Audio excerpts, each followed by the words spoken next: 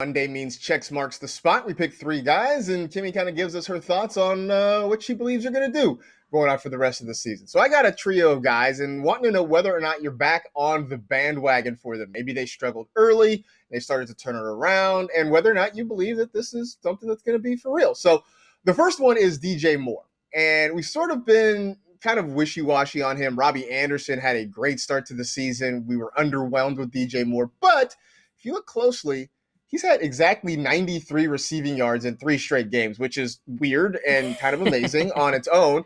But it also does speak to the fact that maybe he's been better than we want to give him credit for. The 2 touchdowns on Sunday certainly help. So are we back on the DJ Moore bandwagon now?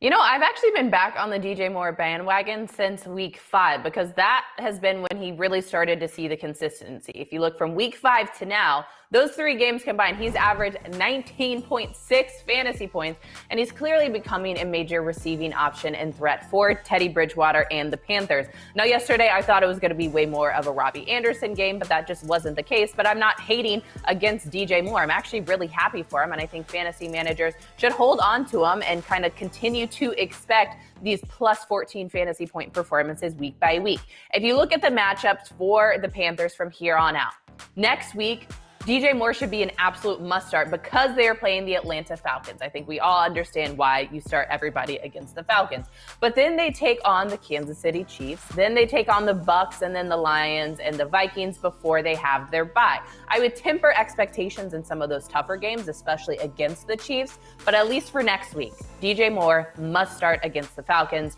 I'm on the bandwagon.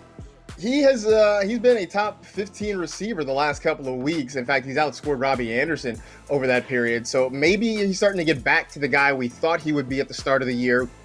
Definitely very encouraging for anybody who spent an early round draft pick on him and has been frustrated so far. All right, we'll stay in that division and go down to Tampa. And, okay, this one might be just me and my own personal asking here because with Tom Brady, I've really been back and forth and saying he's a streaming option. He's not a start every week, but he's been balling out the last couple of weeks. I mean, there's really no way around it. 369 passing yards, 4 passing touchdowns, also had a rushing touchdown in that game against the Raiders on Sunday. So, I think you were already on the bandwagon. I guess the question is, should I now finally just buy a ticket and grab a seat and fully embrace being on the Tom Brady bandwagon? Hop on board. Come on. He's no longer a Patriot, so we can all root for him because we all hate the Patriots. I feel like I am back on the Tom Brady bandwagon, and very much like you, I just continue to tell people, oh, he's a streaming option, dependent on the matchup. And I still think, yes, that's the case because the Raiders wasn't a crazy defense that he had to face. But guys, it's Tom Brady, and Tom Brady is fully on a revenge tour of being like, I am the GOAT. I'm the only GOAT in the world. I am TB12, and I'm going to continue to be fantastic. And I think this is like really where he finds his stride in the middle of the season.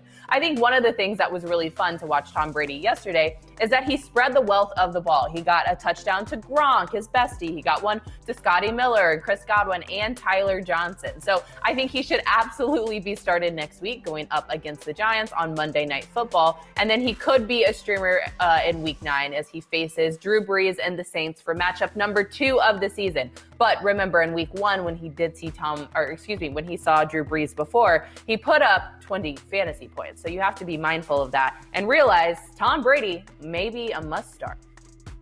He is heading toward must start. And just throw in the fact that they are probably going to have Antonio Brown on the field very soon. So that gives them one more weapon to work with on top of Godwin and Evans and Gronk and Miller and, the running backs that catch the ball out of the backfield as well. So you were talking about Tom Brady being in what is going to be a fully loaded offense. So I think I'm going to have to shake myself a little bit and say that he's more than a streaming option. And he is a guy that, look, I had him at the start of the year as I think QB 11 or 12.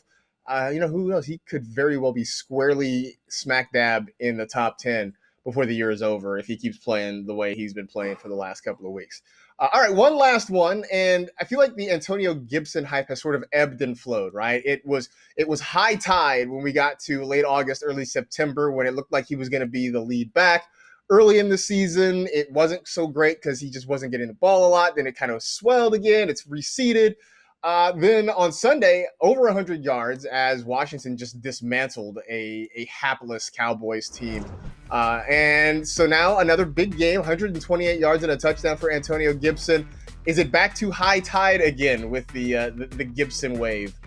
I think so. Again, it's so funny. It's like it ebbs and flows, ebbs and flows. And it's hard to completely pinpoint what you want to do with Antonio Gibson, but you also have to look at all the injuries we've seen this season, especially at the running back position. If you have Antonio Gibson, you hold on to him, and you should absolutely start him. Again, looking and being mindful of the matchup. Now, yesterday's matchup against the Cowboys, it was a good one, and we saw Antonio Gibson fully step up and thrive in that workhorse role against the Cowboys. Now, he did only have one target in the passing game, which kind of does make sense because the Washington football team played from ahead for most of the game, and they were really happy with running the ball on the ground. So I would go ahead and expect similar production from Gibson in Week 9 against the Giants. But first up, it's a bye week for Washington, so make sure you're mindful of that and you don't have Antonio Gibson in your lineup this week. But then once we head to Week 9 against the Giants, he should be started. So yes, back on the hype train for him.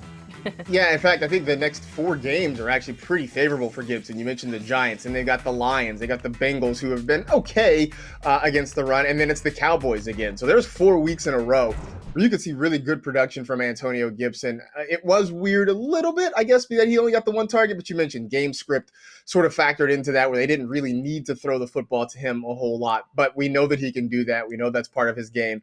And so we are starting to see the dividends for Antonio Gibson that we hoped would come when we found out that he was going to become the lead running back there for the Washington football team. You want to vote on which of these guys you should be most on the bandwagon with, the guy that is most likely to sort of continue this run of play. You can go to Kimmy's Twitter page at KimmyChecks and vote for the poll right there. Make your thoughts be known. I mean, it is a time for voting. There's certainly more important things to vote on, but if you get a little time, you can vote for this thing as well.